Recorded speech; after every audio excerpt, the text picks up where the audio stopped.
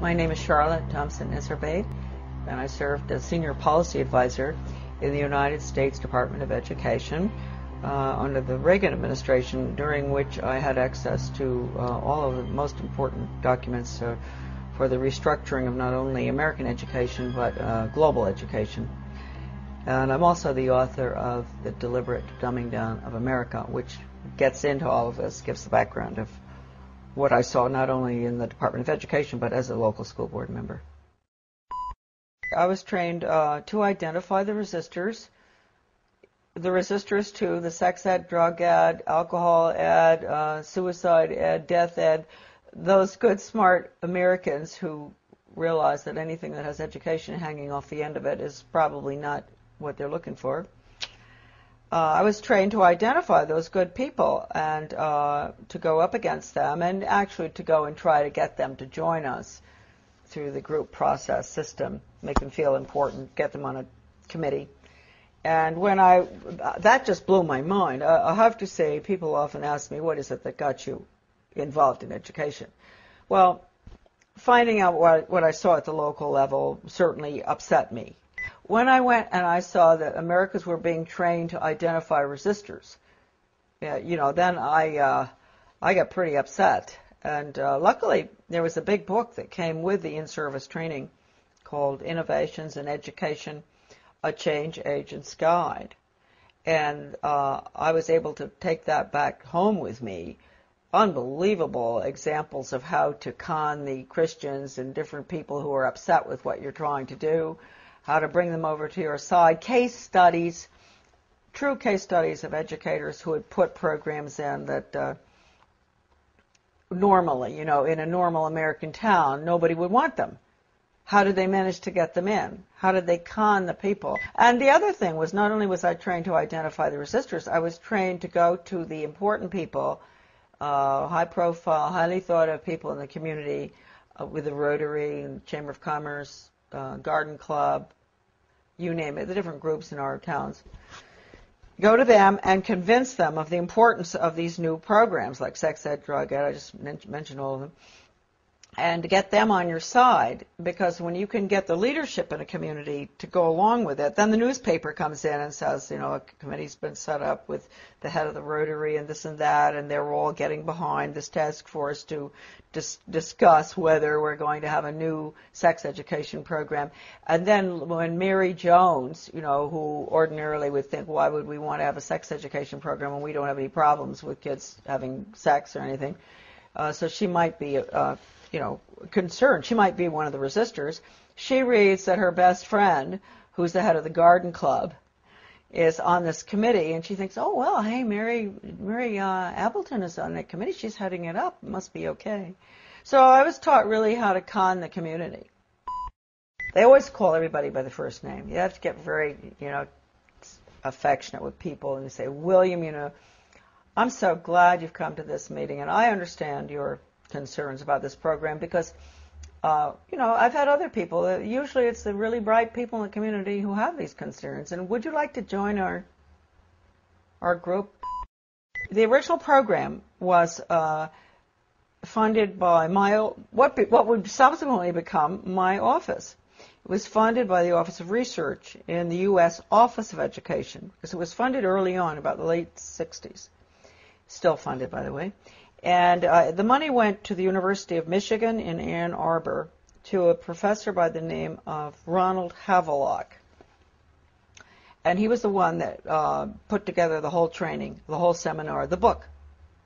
And in the back of the book they admitted it. Right in the back of the book, they had about 100 major change agents listed from all over the country. Some of them I recognize, some I still don't, but some I do. And so this was a very important project. And it was being carried out I'm sure, all over the country, not just where I was.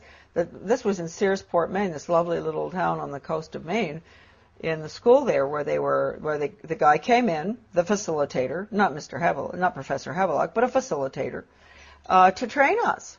And these were good people that were there. They were some of the teachers from my school, where I was on the local school board, principals, etc. Normal-looking Americans. You really ask yourself, they must themselves have reacted very much the way I did. That's why I've always had a lot of understanding for teachers that have to go through this stuff. I didn't have to continue going through it. They've had to, through the years, constant training, retraining, sensitivity training, break their values. Right, no wrong. You've got to have all religions represented, so, you know, tolerant of everything, and because that's the New World Order. Disorder, excuse me. Professor Benjamin Bloom is probably the most important behavioral psychologist ever to live. I mean, maybe not quite as much as Pavlov and Skinner, but he really implemented the system in education in the United States. And he was the author of the Taxonomy of Educational Objectives. And I know that doesn't mean much to us. It means a lot to teachers. They know. All teachers have to go through that, Bloom's Taxonomy. And just to give you an idea of how blatant they are, Benjamin Bloom said the purpose of education, and I often say this to parents, really, listen to this. You think the purpose of education is reading, writing, and arithmetic? The purpose of education is to change the thoughts, actions, and feelings of students. And then he goes on and he says, he defines good teaching, and this is even worse from the parental standpoint, as challenging the student's fixed beliefs. And then, in some of his works that I have, that are in my book, a lot of this stuff is in it. When he says challenge, does he mean challenge or does he mean change? Change their fixed? Yeah, through challenging. It's through challenging. You go up against them, and you change them. And you asked a good question, because then he goes on in one part of the taxonomy that is in my book. He says that he can take a student from here to there, from a belief in God or his country or whatever, to being an atheist and not believing in his country in 1 hour. Did he do that?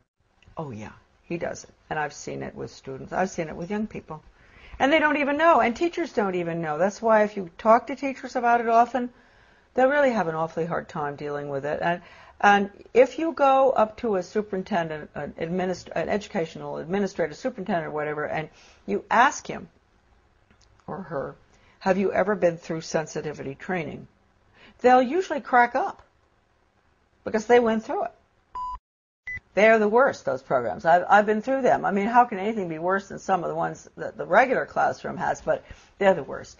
What do they teach the children? To bring about change. They put them through role-playing, psychodrama, all these psychological techniques where they play the part of starving children, and the other one plays the part of a very wealthy industrialist child. And, you know, they bring about the attitude and value change through the emotions.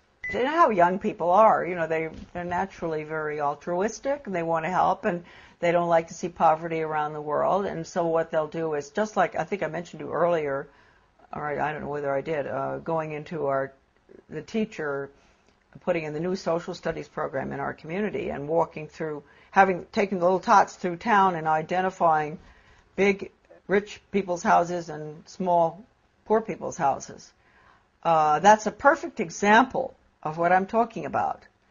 Getting them young and making them feel sorry for the people who live in the trailer across from the captain's house, because they only eat hot dogs, not steak. And then they'll do the same thing with Ethiopia or wherever, some third world country, showing them the children dying, and then they'll show pictures of our affluence.